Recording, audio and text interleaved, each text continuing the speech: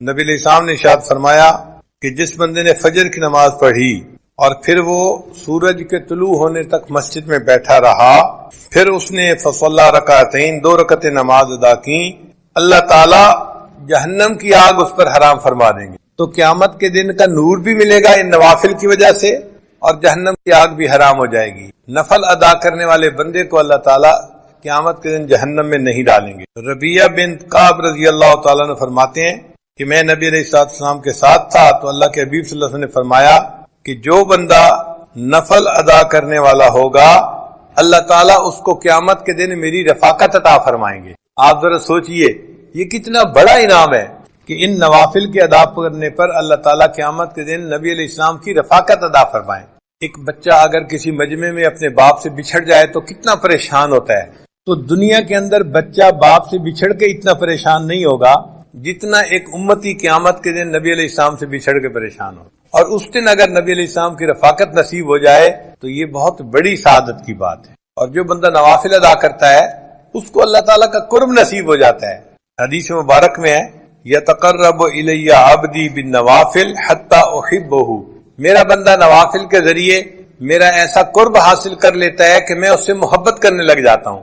یعنی نفل ادا کرنے والا بندہ اس سے اللہ تعالیٰ محبت فرماتے ہیں، اللہ کا قرب نصیب ہوتا ہے نوافل کے ادا کرنے میں۔ پھر اللہ فرماتے ہیں میں اس کی آنکھ بن جاتا ہوں جس سے وہ دیکھتا ہے، ہاتھ بن جاتا ہوں جس سے وہ پکڑتا ہے، میں زبان بن جاتا ہوں جس سے وہ بولتا ہے۔ سبحان اللہ، یہ حدیث مبارکہ تو بڑے عجیب مضمون کی حامل ہے کہ اللہ تعالیٰ فرماتے ہیں میں اس کے ہاتھ بن جاتا ہوں جس سے وہ پکڑتا ہے، آنکھ بن جاتا ہوں جس سے وہ دیکھتا ہے۔ محدثین نے اس کے معنی یہ لکھے ہیں کہ یہ جو جسم کے اعضاء ہیں یہ انسان کے معاون ہوتے ہیں۔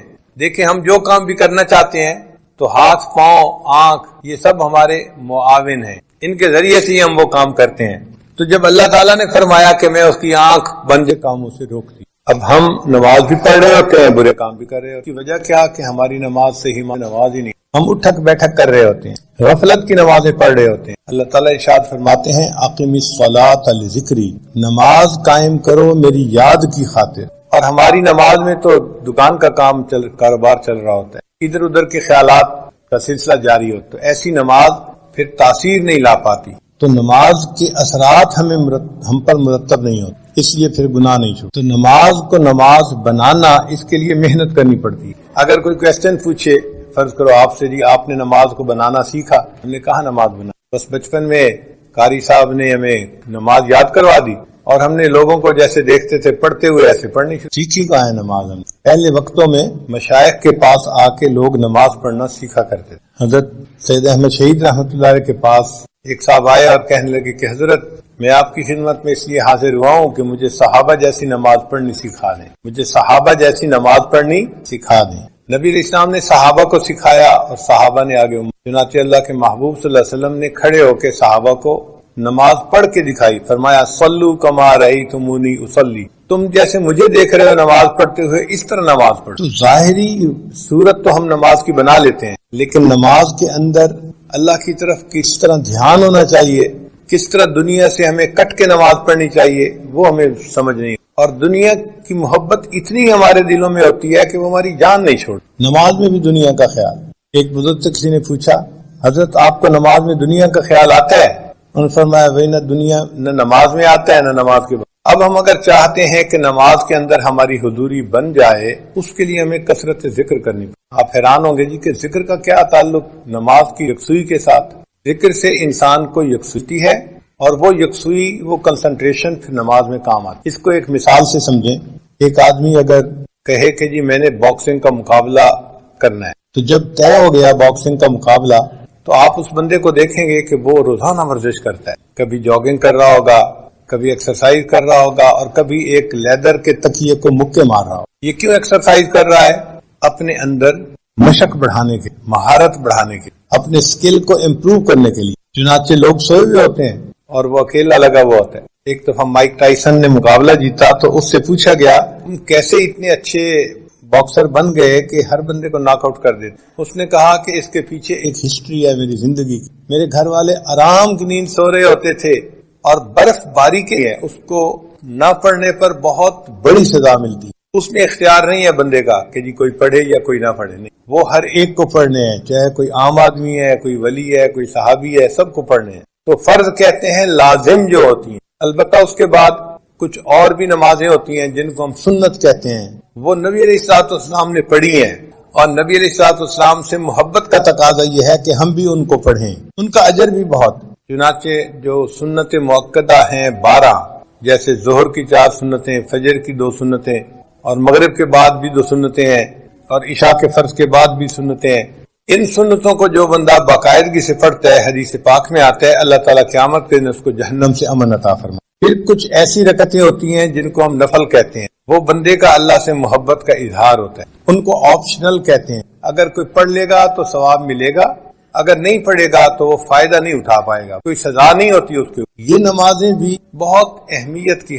آج کل کے دور میں طبیعتوں میں سستی اتنی آ گئی ہے کہ نوجوان بس فرض پڑھتے ہیں یا مشکل سے سنت نماز پڑھی اور پھر مسجد سے چلے جاتے۔ وقت بھی ہوتا ہے، کوئی ڈنڈا لے کے سر پہ نہیں کھڑا ہوتا کہ بھئی نکلو یہاں سے، وقت بھی ہوتا ہے، مگر طبیعت کے اندر نفل پڑھنے کا شوق نہیں۔ یہ افسوس کی بات ہے، نفل کو بھی ہمیں پڑھنا چاہیے۔ چنانچہ حدیث پاک میں نفل نمازوں کو پڑھنے کے بڑے فضائل وارد ہیں۔ حدیث مبارکہ میں ہے کہ جو بندہ فجر کے بعد اپنی جگہ پر بیٹھا رہے، فجر کی نماز کے بعد، اور ذکر اذکار کرتا رہے حتیٰ کہ سورج طلوع ہو جائے، پھر اس کے بعد وہ اگر 2 رکعت اشراق کی نماز پڑھے گا تو اس کو 1 حج اور 1 عمرے کا ثواب عطا ہوگا۔ اور صحابی کہتے ہیں کہ نبی علیہ السلام نے جب یہ فرمایا تو 3 دفعہ کہا کہ مکمل مکمل مکمل، یعنی حج اور عمرے کا ثواب تھوڑا نہیں ملے گا، مکمل حج مکمل عمرے کا ثواب ملے گا۔ حیران ہوتے ہیں، حج کرنا تو ایک مشقت والا کام ہے اور بڑا ٹائم لگتا ہے اور پیسے لگتے ہیں، وقت لگتا ہے، اور یہاں 2 رکعت پہ حج کا ثواب مل گیا، عمرے کا ثواب مل گیا۔ تو علماء نے بات سمجھائی کہ دیکھو، ایک ہوتا ہے ضابطہ اور ایک ہوتا ہے رابطہ۔ ضابطہ تو ہوتا ہے کہ ایک روٹین بنی ہوئی ہے، اس کے مطابق کچھ کام کرنے پر اس بندے کو، اور رابطہ اس کے تعلق کے اوپر ہوتا ہے۔ اب اس کی مثال یوں سمجھیں کہ آپ کے ہاں ایک مزدور کام کرتا تھا اور آپ اس کو روزانہ کے 500 روپے دیتے مزدوری۔ ایک دن وہ غمزدہ سا بیٹھا ہوا ہے تو آپ اس سے پوچھتے ہیں کہ بھئی کیا ہوا؟ وہ کہتا ہے جی کہ میری بیٹی کی شادی ہے 1 ہفتے کے بعد، اور میرے پاس تو کچھ وسائل نہیں، تو میں بہت پریشان ہوں کہ میں بیٹی کی رخصتی کیسے کروں۔ اس کی بات سن کے آپ کے دل میں اس کے ساتھ ہمدردی پیدا ہوتی ہے۔ اب آپ اس کو 10,000 روپے دیں، بھئی اپنی بیٹی کی شادی کے لیے میری طرف سے 10,000 روپے۔ اب دیکھیں، ضابطہ یہ تھا کہ اس نے پورا دن مزدوری کرنی تھی اور 500 روپے کمانے تھے، اور جب مالک سے اس کا رابطہ ہوا تو 2 منٹ کی گفتگو کے بعد اس کو 10,000 روپے۔ تو فرض نمازوں پہ انسان کو ضابطے کے مطابق اجر ملتا ہے، بہت زیادہ ہوتا ہے وہ بھی، لیکن جو فرضوں سے بھی آگے بڑھ کے کام کرتا ہے تو اللہ تعالیٰ کو اس سے پیار آتا ہے، اور پھر بڑوں کی دین ہمیشہ بڑی ہوتی ہے۔ اللہ تعالیٰ اس بندے کو اپنے خزانوں سے دیتے ہیں اور بڑا انعام عطا فرماتا۔ آپ کے گھر میں ڈرائیور ہے، ایک دن وہ آپ کے پاس شہد کی بوتل لے کے آ گیا، وہ جی ہمارے گاؤں میں درخت کے اوپر شہد کا چھتا لگا ہوا تھا، کل ہم نے اتارا، چونکہ چھوٹی مکھی کا شہد تھا اور خالص تھا تو میں نے سوچا میں آپ کے لیے لے کے آتا ہوں۔ اب وہ شہد کی ایک بوتل لایا، لیکن آپ کے دل میں اپنی جگہ بنا کے چلا گیا کہ آپ نے سوچا کہ اچھا یہ مجھ سے اتنا تعلق رکھنے والا ہے، اس کو یہ خیال تھا کہ یہ شہد میں اپنے مالک کو دوں گا تاکہ وہ ناشتے میں استعمال کرے۔ وہ شہد لانا اس کے لیے ضروری نہیں تھا، محبت کا اظہار تھا، لیکن اس محبت کے اظہار کی وجہ سے آپ کا تعلق اس کے جڑ گیا، اس نے آپ کے دل میں جگہ بنا لی۔ اسی طرح نوافل آپشنل ہوتے ہیں، لیکن جب انسان نوافل ادا کرتا ہے تو اللہ تعالیٰ کے ہاں اس بندے کی جگہ بن جاتی ہے، اللہ تعالیٰ اس بندے سے محبت فرماتے ہیں۔ چنانچہ حدیث میں لکھا ہے کہ نوافل کے فضائل میں سے ایک یہ بھی ہے کہ قیامت کے دن اللہ تعالیٰ بندے کی نماز کو چیک کریں گے، دیکھیں گے، اور اگر نماز میں کوئی کمی ہوگی، کوتاہی ہوگی، تو اللہ تعالیٰ فرشتوں کو فرمائیں گے میرے اس بندے کے نام اعمال میں نوافل کو دیکھو، اگر نفل موجود ہیں تو ان کو فرضوں کی جگہ قبول کر لو۔ سبحان اللہ، ہمارے نوافل ہمارے فرضوں کی کمی کو پورا کر دیں گے۔ تو یہ کتنا بڑا اللہ کا فضل ہے اور کرم ہے کہ ان کو ہم باقاعدگی سے اگر پڑھیں تو اللہ تعالیٰ اس کے بدلے ہمارے فرائض کے حساب کو آسان کر۔ پھر یہ جو نوافل ہے نا، یہ فرائض کا حصار ہے کہ جو بندہ نوافل وقت پہ ادا کرتا ہے وہ فرائض کو اپنے وقت پہ زیادہ بہتر طریقے سے ادا کر سکے، اور اگر نوافل میں سستی کرے گا تو وقت کے ساتھ ساتھ سنن پر عمل کرنے میں سستی کرے گا، اور جو سنن پر سستی کرنے میں عمل کرے گا اللہ تعالیٰ اس کو فرائض سے محروم فرما دیں گے، اور جو فرائض سے محروم ہو گیا وہ انسان بدبخت۔ تو نوافل حصار ہیں انسان کے فرائض کا، اور ہم دیکھتے بھی ہیں بعض نوجوان بچے باہر ملکوں میں، عرب ملکوں میں خاص طور پر، ان کو صرف نماز کے فرائض پڑھنے کی عادت ہوتی ہے۔ چنانچہ آپ جماعت کے ساتھ نماز پڑھیں جدہ یا کسی اور جگہ پر، تو شروع میں آپ دیکھیں گے کہ 10 بندے ہوں گے امام کے ساتھ تکبیر اولیٰ سے نماز پڑھنے، لیکن پھر نوجوان آنے شروع ہو جائیں گے اور 4 رکعت مکمل ہونے تک پوری مسجد نوجوانوں سے بھر جائے گی۔ اتنے نوجوان نماز کے لیے آئے کہ پوری مسجد ہی بھر گئی، لیکن جیسے ہی سلام پھیرا وہ نوجوان اسی وقت اٹھ کے واپس جانا شروع کر دیں گے، اور 1 منٹ کے اندر پھر وہی 10-15 بندے جو نماز پڑھ رہے تھے پہلے وہی رہ جائیں گے، باقی سب مسجد۔ تو گویا اب نوجوانوں نے صرف فرضوں کو ہی نماز بنا لیا، سنتوں کو پڑھنے کا شوق نہ رہا، نفل کا ذوق نہ رہا۔ اس میں پھر ہوتا کیا ہے کہ جو صرف فرض پڑھنے والے ہیں پھر کئی دفعہ فرض میں سستی کر جاتے ہیں، آ نہیں پاتے۔ تو نوافل پڑھنے والا انسان یوں سمجھیں کہ اپنے فرائض کے گرد ایک حصار باندھ لیتا ہے، جس کی وجہ سے اس کے فرائض اچھے طریقے سے ادا ہو جاتے ہیں۔ حدیث مبارکہ میں ہمارے عمار ابن یاسر رضی اللہ تعالیٰ عنہ فرماتے ہیں کہ نبی علیہ السلام نے ارشاد فرمایا کہ جو بندہ نفل پڑھے گا اللہ تعالیٰ اس کے سب گناہوں کو معاف فرما دیں گے، اگرچہ وہ سمندر کی جھاگ کے برابر کیوں نہ ہو۔ تو نوافل کے ادا کرنے پر سمندر کی جھاگ کے برابر بھی گناہ ہوں گے، اللہ ان گناہوں کو معاف فرما دیں گے۔ تو سعادت ہے بندے کو نفل پڑھنے کی توفیق نصیب ہو جائے۔ اور ایک حدیث پاک میں ہے کہ بندہ جو نوافل پڑھتا ہے تو اللہ تعالیٰ فرشتوں کو فرماتے ہیں کہ نام اعمال میں صدقہ کرنے کا ثواب لکھا جائے، اور صدقہ کرنے سے مصائب ٹلتے ہیں۔ گویا نوافل پڑھنے والے بندے کے مصائب کو اللہ تعالیٰ اس کے اوپر سے ہٹا دیتے۔ آپ دیکھیں ہم اپنی پریشانیوں کے دور ہونے کے لیے کتنے فکر مند ہوتے ہیں، اور بعض لوگ تو عملیات کے پیچھے بھاگتے ہیں، اس سے پوچھو اس سے پوچھو کیا عمل کریں کیا عمل کریں۔ بھائی سب سے بہتر عمل آپ نفل پڑھنا شروع کر دیں، نمازوں کے ساتھ جو نفل ہیں ان نوافل کی برکت سے اللہ آپ کو مصیبتوں سے محفوظ فرما لیں گے۔ حضرت جابر رضی اللہ عنہ روایت کرتے ہیں کہ نبی علیہ السلام نے ارشاد فرمایا کہ جو لوگ دنیا میں نوافل ادا کرنے والے ہوں گے ان نوافل کے بدلے قیامت کے دن ان بندوں کو نور عطا کیا جائے گا۔ قیامت کے دن اندھیرا ہوگا اور ایمان والوں کے سروں کے اوپر نور ہوگا، جیسے ٹارچ ہوتی ہے نا بندے کے ہاتھ میں، اور اس ٹارچ کی روشنی میں وہ قیامت کے دن اندھیرے کا سفر کر رہے ہوں گے۔ اس وقت منافق ان کو کہیں گے کہ ذرا ہماری طرف بھی توجہ کیجیے، ہم آپ کے نور سے فائدہ اٹھا لیں۔ قیل ارجعوا وراءکم فالتمسوا نورا، ان کو کہا جائے گا واپس دنیا میں جاؤ، یہ نور تو دنیا میں ملا کرتا تھا، اب یہاں نہیں ملے گا، ہر بندے کو اس کا نور کام آئے گا۔ تو یہ نوافل قیامت کے دن ہمارے لیے نور۔ اب ایک بندے کے ہاتھ میں سیل فون کی روشنی ہے، ایک کے ہاتھ میں بیٹری کی روشنی ہے، اور ایک کے ہاتھ میں بلب کی روشنی ہے، تو بلب والا زیادہ خوش ہوگا کہ میری روشنی میرے لیے بہت کافی بھی ہے اور دوسروں کو بھی فائدہ پہنچا رہی ہے۔ تو جن لوگوں کے ایمان کا نور قیامت کے دن زیادہ ہوگا وہ قیامت کے دن خوش لوگ ہوں، خوشی کا اظہار کرنے والے لوگ۔ نبی علیہ السلام نے ارشاد فرمایا کہ جس بندے نے فجر کی نماز پڑھی اور پھر وہ سورج کے طلوع ہونے تک مسجد میں بیٹھا رہا، پھر اس نے فصلی رکعتین 2 رکعتیں نماز ادا کی، اللہ تعالیٰ جہنم کی آگ اس پر حرام فرما دیں گے۔ تو قیامت کے دن کا نور بھی ملے گا ان نوافل کی وجہ سے، اور جہنم کی آگ بھی حرام ہو جائے گی۔ نفل ادا کرنے والے بندے کو اللہ تعالیٰ قیامت کے دن جہنم میں نہیں ڈالیں گے۔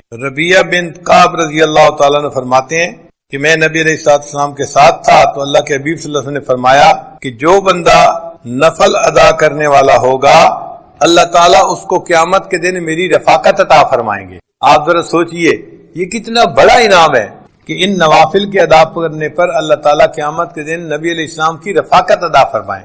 ایک بچہ اگر کسی مجمع میں اپنے باپ سے بچھڑ جائے تو کتنا پریشان ہوتا ہے، تو دنیا کے اندر بچہ باپ سے بچھڑ کے اتنا پریشان نہیں ہوگا اتنا ایک امتی قیامت کے دن نبی علیہ السلام سے بچھڑ کے پریشان۔ اور اس دن اگر نبی علیہ السلام کی رفاقت نصیب ہو جائے تو یہ بہت بڑی سعادت کی بات ہے۔ اور جو بندہ نوافل ادا کرتا ہے اس کو اللہ تعالیٰ کا قرب نصیب ہو جاتا ہے۔ حدیث مبارک میں ہے یتقرب الی عبدی بالنوافل حتی احبہ، میرا بندہ نوافل کے ذریعے میرا ایسا قرب حاصل کر لیتا ہے کہ میں اس سے محبت کرنے لگ جاتا ہوں۔ یعنی نفل ادا کرنے والا بندہ اس سے اللہ تعالیٰ محبت فرماتے ہیں، اللہ کا قرب نصیب ہوتا ہے نوافل کے ادا کرنے میں۔ پھر اللہ فرماتے ہیں میں اس کی آنکھ بن جاتا ہوں جس سے وہ دیکھتا ہے، ہاتھ بن جاتا ہوں جس سے وہ پکڑتا ہے، میں زبان بن جاتا ہوں جس سے وہ بولتا ہے. سبحان اللہ. یہ حدیث مبارکہ تو بڑے عجیب مضمون کی حامل ہے کہ اللہ تعالیٰ فرماتے ہیں میں اس کے ہاتھ بن جاتا ہوں جس سے وہ پکڑتا ہے، آنکھ بن جاتا ہوں جس سے. محدثین نے اس کے معنی یہ لکھے ہیں کہ یہ جو جسم کے اعضاء ہیں یہ انسان کے معاون ہوتے ہیں. دیکھیں ہم جو کام بھی کرنا چاہتے ہیں تو ہاتھ، پاؤں، آنکھ یہ سب ہمارے معاون ہیں، ان کے ذریعے سے ہی ہم وہ کام کرتے ہیں. تو جب اللہ تعالیٰ نے فرمایا کہ میں اس کی آنکھ بن جاتا ہوں، ہاتھ بن جاتا ہوں، اس کا ایک معنی تو یہ ہے کہ اللہ تعالیٰ اس کے کاموں میں اس کے معاون بن جاتے ہیں، اور دوسرا معنی یہ ہے کہ انسان کے اعضاء اس کے محافظ بھی ہوتے ہیں. اگر کوئی آدمی آپ کی طرف پتھر پھینکتا ہے فرض کرو تو آپ اپنے ہاتھوں سے اس کو کیچ کر لیتے ہیں، لگنے نہیں دیتے، روک لیتے ہیں. آپ کو کسی جگہ خطرہ ہو تو آپ بھاگتے ہیں وہاں سے بچنے کے لیے. تو اعضاء بندے کے محافظ بھی ہوتے ہیں. تو جب اللہ تعالیٰ بندے کے اعضاء کا ذکر فرما رہے ہیں تو محدثین نے کہا اس کا معنی یہ کہ اللہ تعالیٰ بندے کے محافظ بن جاتے ہیں اور اس بندے کی ہر برائی سے حفاظت فرماتے. علامہ اقبال نے کہا ہاتھ ہے اللہ کا بندہ مومن کا ہاتھ، یعنی وہ ہاتھ تو بندہ مومن کا ہوتا ہے لیکن اعمال ایسے ہوتے ہیں کہ جیسے وہ اللہ کا ہاتھ ہے. اللہ تعالیٰ قرآن مجید میں فرماتے ہیں